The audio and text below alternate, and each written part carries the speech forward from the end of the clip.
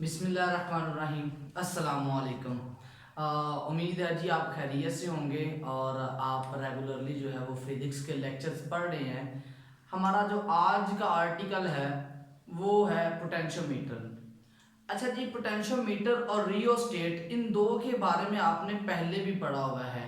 इनमें फ़र्क क्या है वो भी हम इसी आर्टिकल के लास्ट पर देखेंगे। सबसे पहले हम स्टूडेंट डेफिनेशन करते हैं जी। पोटेंशियोमीटर क्या होता है, किस मकसद के लिए यूज किया जाता है,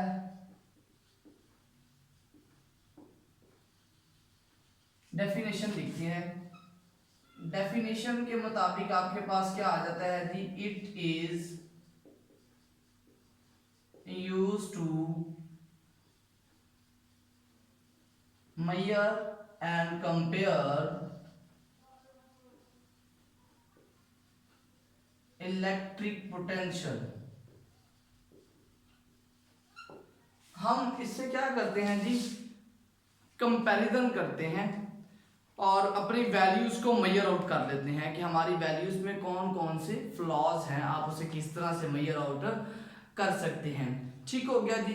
कंस्ट्रक्शन की बात करते हैं तो स्टूडेंट कंस्ट्रक्शन आपके पास एग्जैक्टली वही है जो कि आपके पास रियोस्टेट की थी, लेकिन यहाँ पर एक छोटी सी चेंज आएगी। चेंज क्या है जी, ये आपके पास एक वेरिएबल रजिस्टर है, इसके दो टर्मिनल हैं ए और बी। दूसरा जो था, तीसरा आपने स्लाइडिंग टर्मिनल लिया हुआ था, उसको हम कहते हैं सी टर्मिनल।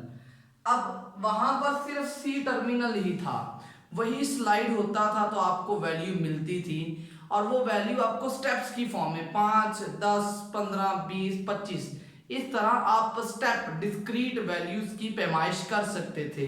लेकिन यहां पर हम क्या करते हैं, एक वोल्ट मीटर लगा देते हैं। वोल्ट मीटर लगाने से क्या होगा, हम जैसे जैसे सी टर्मिनल को स्लाइड करते जाएंगे आपके पास क्या होना शुरू हो जाएगा, पोटेंशियल आना शुरू हो जाएगा। तो ये स्टूडेंट हमारे पास एक ट्रिक है।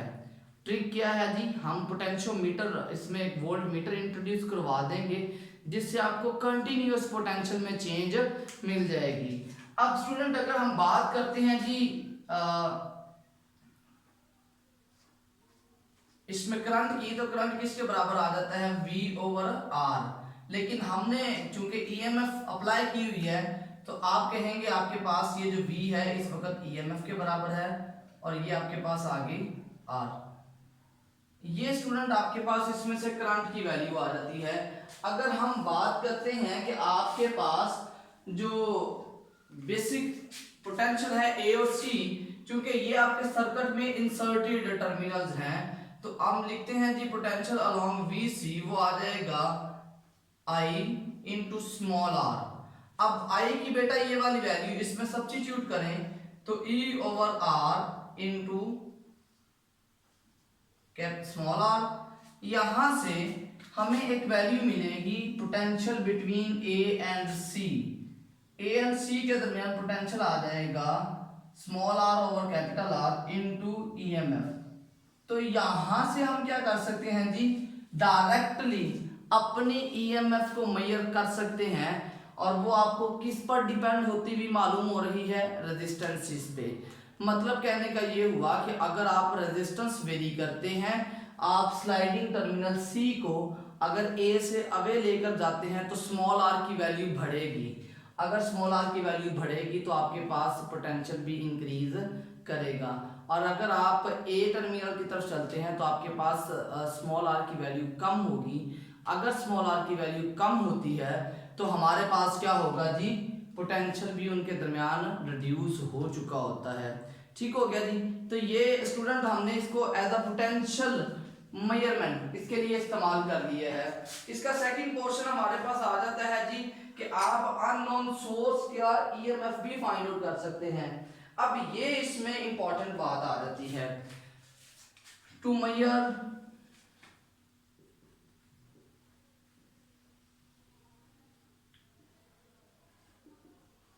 Of unknown source. Unknown source की ईएमएफ मेजर करना, इसके लिए स्टूडेंट सर्किट बनाना बहुत जरूरी है, और वो सर्किट बना लेते हैं जी। सर्किट आपके पास ये कहता है कि यहाँ पर आपने एक पोटेंशियल सोर्स लगाया हुआ है और ये अरेंजमेंट आपकी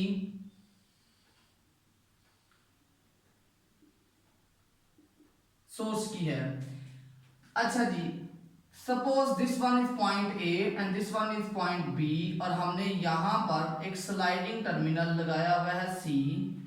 ये बेटा सारी की सारी अरेंजमेंट वही है जो आपने पढ़ी है, किसके लिए? पोटेंशियोमीटर के लिए। लेकिन हम यहाँ पर क्या काम कर रहे हैं? हम इसमें काम ये कर रहे हैं कि अननोन सोर्स का पोटेंशियल फाइंड करना है। कहता है कि यहाँ पर आप एक अननोन सोर्स ई एक्स लगा दें। अरेंजमेंट में एक बात जो आपने ध्यान में रखनी है, अगर यहाँ पॉजिटिव टर्मिनल है तो इधर भी पॉजिटिव टर्मिनल आपस में मिलना चाहिए।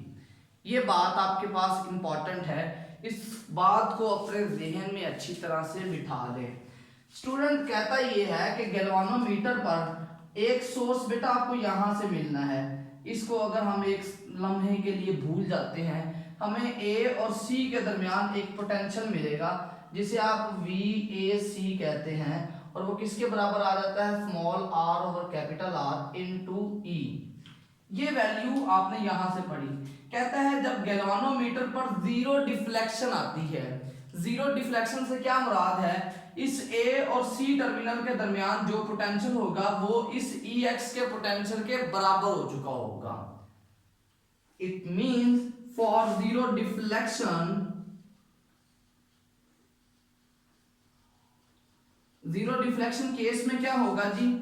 ए और सी के दरमियान जो पोटेंशियल है वो ई एक्स पोटेंशियल, मतलब जितना पोटेंशियल आपके पास यहां होगा वही पोटेंशियल उस वक्त आपका अननोन सोर्स ऑपोजिट डायरेक्शन में अप्लाई कर रहा होगा।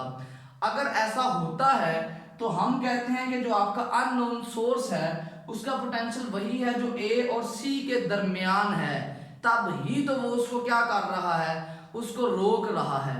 तो ये बात होगी जी। अब आपके पास क्या आ जाएगा? अननोन सोर्स का जो पोटेंशियल है वो आ गया r over capital R into E. Student बात वो ये करता है कि आपके पास जो रेजिस्टेंस होती है वो डायरेक्टली प्रोपोर्शनल होती है लेंथ के। इसी तरह कैपिटल आर के लिए हम कैपिटल एल लिख देते हैं। बिल्कुल वही पैटर्न फॉलो करेंगे जो आपकी स्मॉल और आर, मतलब फुल लेंथ रेजिस्टेंस के लिए या शॉर्ट लेंथ ऑफ रेजिस्टेंस के लिए आप लोग यूज करते हैं।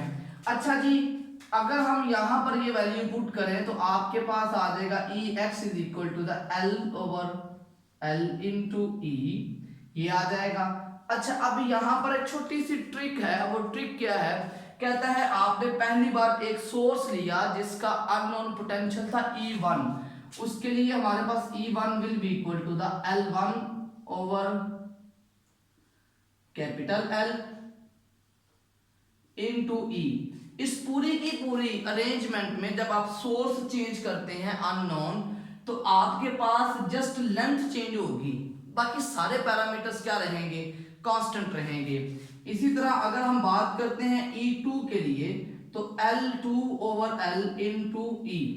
अच्छा जी, कहता है कि इन दो इक्वेशंस की रेशियो ले ले तो E1 over E2 is equal to the L1 over L into E over L2 into L E।